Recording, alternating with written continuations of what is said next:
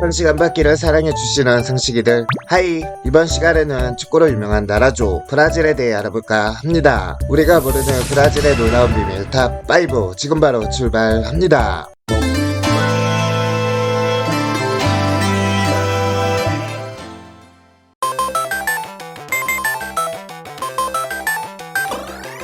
한때 국민성에 대해서는 1년 벌어 번 돈을 하루 만에 다 써버릴 만큼 화끈하게 노는 사람들이라는 평가죠. 카니발 전체 규모를 보면 아예 틀린 말도 아닌 것 같지만 사실 이렇게 돈 씀씀이가 화끈했던 건 다른 이유도 있는데 1974년부터 1994년까지 대략 20년을 이어온 브라질의 엄청난 물가 상승 때문이었고, 그것도 보통이 아니라 가장 좀해서 식당에서 밥을 먹기 전과 밥을 먹은 후의 물가가 다르다고 표현이 될 정도로 물가가 상승했는데, 이런 상황에서 현금을 보유하며 돈을 한시라도 빨리 쓰지 않으면 손해를 보니 월급날이나 월급 다음날에 현금은 급히 쓸 정도만 남겨놓고 나머지는 가게나 쇼핑센터에 가서 쇼핑을 하는데 썼고, 굳이 저축을 해도 달러화나 마르크화 또는 엔화 같은 외화로 저축하거나 여유가 있는 가정에서는 부동산이나 금 같은 안전 자산에 투자하는 시기였다고 합니다. 그러다 보니 외국인들이 보기에 브라질인이 돈을 화끈하게 쓰는 것처럼 보인 것이죠. 그리고 일단 물가 상승이 되더라도 불가 연동제 시행으로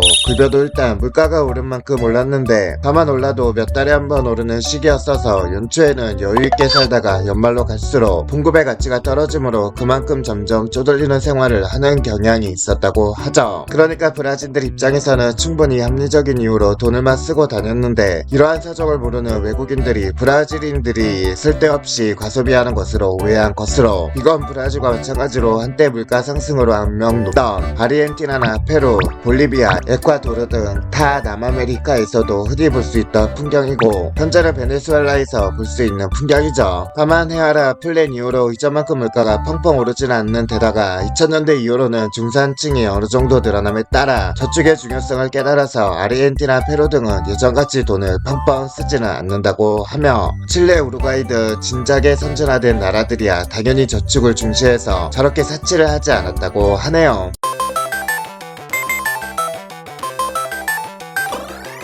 브라질의 빈부격차를 한눈에 보여주는 사진, 부자들이 꽤 있고 그것도 떼부자들이 많다고 하죠. 한 예로 상파울루에 있는 국제학교는 학비가 더럽게 비싸고, 재학 중인 브라질 학생들은 대부분 엄청 성공한 집안 출신이며 평범해 보이는 학생이 말을 가지고 있다거나 집에서 요트와 자가용 비행기를 소유하고 있다고 하네요. 축구 선수들만 해도 유명한 사람은 부자라서 개인 전용기로 국내와 외국 나들이를 간다고 하죠. 물론 문제는 빈부격차가 심하다는 건, 그것도 매우 커서 상위 5%의 부유층이 브라질 부의 70%를 가지고 있고, 참고로 하루 5.5달러 이하의 생활비로 생계를 꾸려나가는 빈곤층의 비율이 22%로 추산된다고 하죠. 거기에다가 부가가치세와 특수소비세 등 간접세 비중이 매우 높다 보니 서비스 요금이나 공산품 가격이 우질나게 비싸다 보니 체감 물가는 더욱 비싸며, 그나마 규모의 경제로 먹을 것은 싸다는 것이 그나마 위안점이고, 대도시라도 근교 지역에서 아주 싼 방을 쉽게 구할 수는 있지만 대도시 중심가도 치안을 보장받지 못하는 판에 이런 곳은 대부분 치안 상태가 개판이라 자칫하면 사람 죽기 딱 좋죠. 싼 게 빚이 떡인 셈. 비슷한 수준의 소득 수준을 지니고 있는 러시아나 말레이시아, 터키와 비교해봐도 빈부격차가 너무 심하다고 하며 실제 브라질의 진위 개수는 0.539로 집계되었다고 하네요.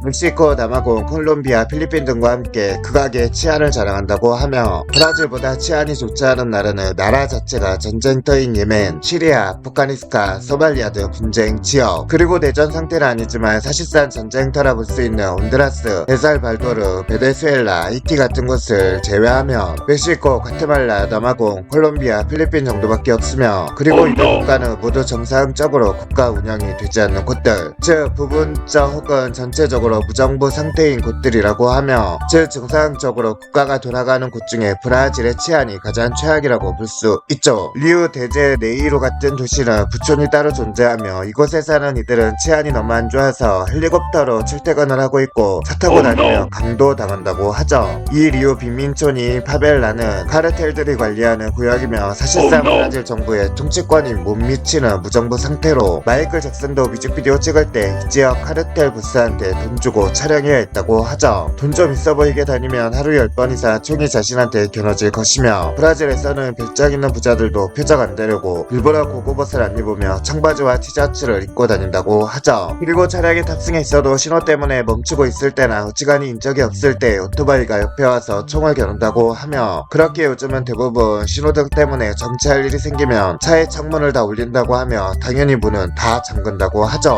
이 짓이 지겨운 부자들 중에는 차량의 유리를 방탄 유리로 교체한 사람들도 아주 많다고 하네요. 특히 리우 데제네이루의 코파카바나나, 이파네나 같은 해변가를 돌아다니다 보면 파벨라 관광을 영업하는 사람들이 있으며, 이때 절대로 이거 신청하면 안 된다고 하며, 관광객이 파벨라에 제 발로 들어간다는 것은 곧 어서 빨리 날 털어가 주세요 라고 하는 행위에 가깝다고 합니다. 또한 이러한 파벨라 관광은 공식적으로 인가받은 것이 아니기 때문에 가이드라는 사람들도 믿을 작자가 아니라고 하며, 또한 이동 시에는 최대한 우버를 이용하도록 하자. 물론 우버도 완벽하게 안전하다고는 할 수 없지만 적어도 운전자 이름이 나오고 경로도 정확하게 찍히기 때문에 일반 택시에 비해 비교적 안전을 보장받을 수 있다고 합니다.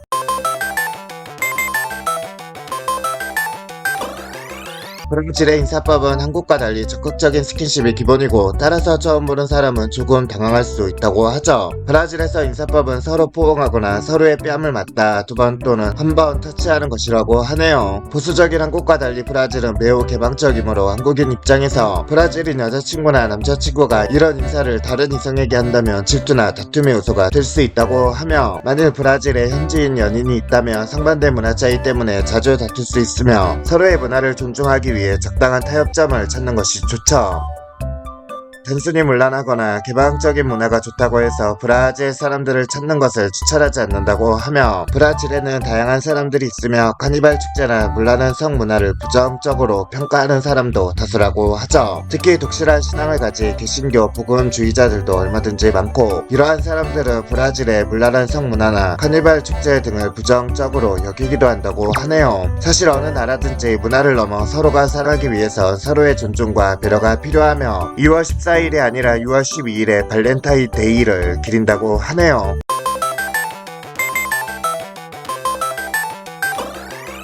매년 2월 리우 카니발만 되면 삼바 축제를 벌이는데 아주 화려하다 못해 눈이 빠질 정도로 출산율이 이 1년 후 기간에 집중된다고 할 정도로 엄청나죠. 이 삼바 축제의 명성이 워낙 대단해서 몰려오는 관광객 숫자가 진짜로 어마어마하다고 하며, 오죽하면 브라질 사람들은 1년 동안 돈 벌어서 삼바에 쓴다는 말도 있을 정도. 1980년대 후반과 1990년대 및 2000년대 대한민국의 어린이 교육용 학습 만화책에서 브라질 사람들은 이렇게 탱자탱자 노니까 가난한 거라며 하면서 언급한 게 이 삼바 축제였고, 학습 그림 사회의 브라질 편에서는 삼바 축제를 즐기는 사람들을 미치광이 같다며, 1년 벌어서 축제 기간 2-3일 만에 다 써버리니 가난을 못 면한다며 대놓고 인물들의 대세로 브라질 사람들이 한심하다라는 비하적인 내용이 고스란히 적혀 있었죠. 어린이 교육 서적으로 유명한 계몽사에서 나온 책이었는데도 이런 비하적인 내용을 여과 없이 실어놓았던 것이죠. 어린 세대들이 접하는 요즘 학습 만화에선 이런 비하적인 부분은 정치적 올바름의 영향으로 많이 완화되기는 했다만, 아직까지도 삼바축제 같은 걸 게으름으로 메시하는 풍토는 버젓이 남아있다고 하네요. 그러나 그것은 자아문화 중심주의적인 편협한 사고를 인지할 필요가 있고, 그들의 문화를 상호 존중하는 것이 앞으로 나아갈 글로벌 시대에 맞는 기준일 것으로, 지금부터라도 개발도 상국을 바라보는 대한민국 시민의 관점에서 큰 개선이 필요하다고 합니다. 네, 이번 시간에는 우리가 모르는 브라질의 놀라운 비밀 탑5를 알아봤습니다. 브라질은 치안이 안 좋은데 삼바축제는 가보고 싶네요. 우리 성식이들은 브라질 가보셨나요? 재미있게 보셨다면 다음 리뷰도 이어서 봐주시고요. 성시간 받기는 여러분들의 좋아요, 구독, 알람 설정을 좋아합니다.